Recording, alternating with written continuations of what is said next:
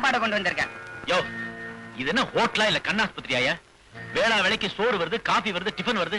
இன்னும் ஏன் வைத்தியம் ஆரம்பிக்கல? இதெல்லாம் நீங்க என்ன கேட்க கூடாது சார்.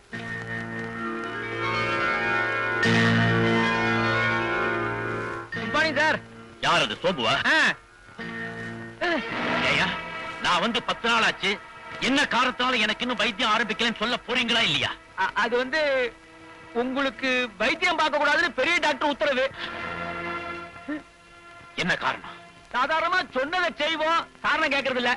என்ன உடனே அந்த டாக்டர் அழைச்சிட்டு போ.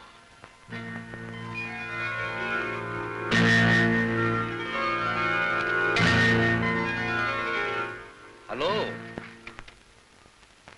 டாக்டர், உங்ககிட்ட நான் கொஞ்சம் தனியா பேசணும்.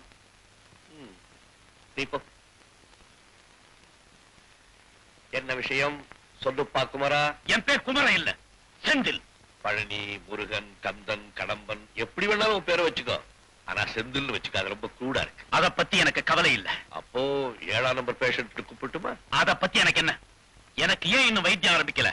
முள்செடிய மேலாக வெட்டி பிரயோஜனம் இல்லப்பா, அடியோட நோண்டி எடுக்கணும். அதே மாதிரி உன்னை சுத்தமா மாத்திரதான் தீர்மானம் பண்ணிருக்கேன். உங்களுக்கு என்ன கொம்பா முளைச்சிருக்கு? முளைச்சிருக்குப்பா, முளைச்சிருக்கு. என் பேருக்கு பின்னாலே MSD, OFR, CS, etc. கொம்பு முளைச்சிருக்கேன். அந்த கொம்பு தான் உன்னை காப்பாத்த போகுது.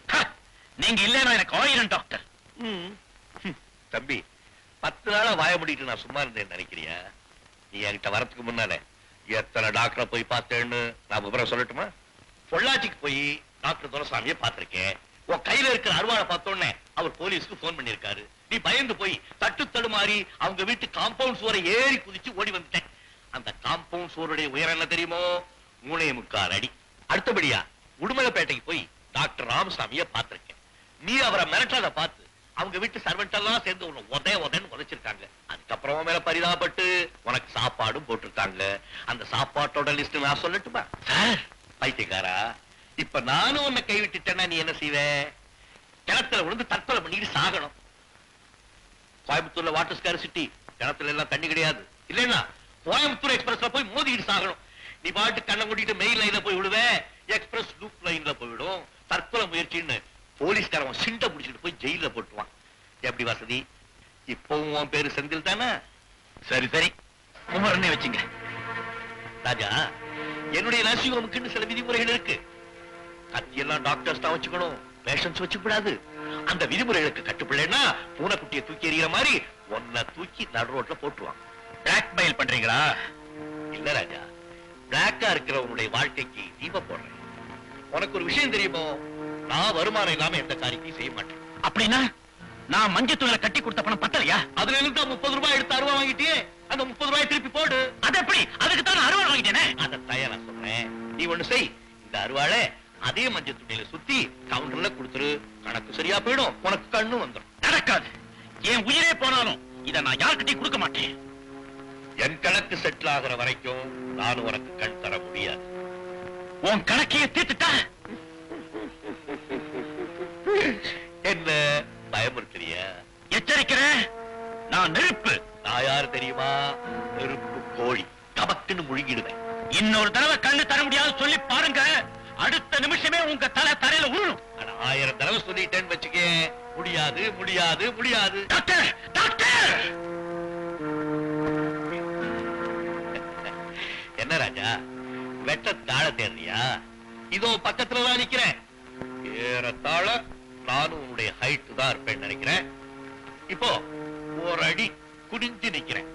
வெற்றதான் தான் 60 மைல் ஸ்பீட்ல ஒரே நீச் சதக் தலை புஷ்டா விடுவோம்.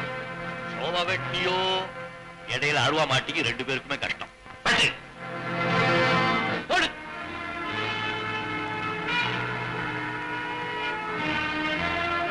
அப்பா பேசாம இருக்கேன், பயந்துட்டியா? ஏன் இருக்குது? வெட்டுப்பா. கிழவை ரொம்ப நாளை குடிச்சு நிக்க முடியாது, இடுப்பு பிடிச்சுக்கோ. வெட்டு.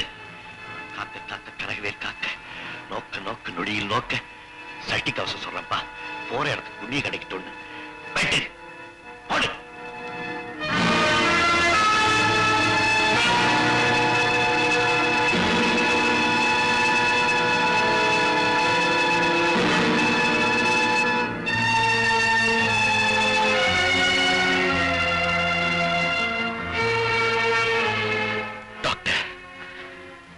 என் கதையை கேளுங்க. அதுக்கப்புறம் என் பக்கம் நியாயம் இருக்கா இல்லையான்னு நீங்களே சொல்லுங்க. சொல்லுப்பா. டாக்டர், உங்களை நான் என் தெய்வமா நினைக்கிறேன்.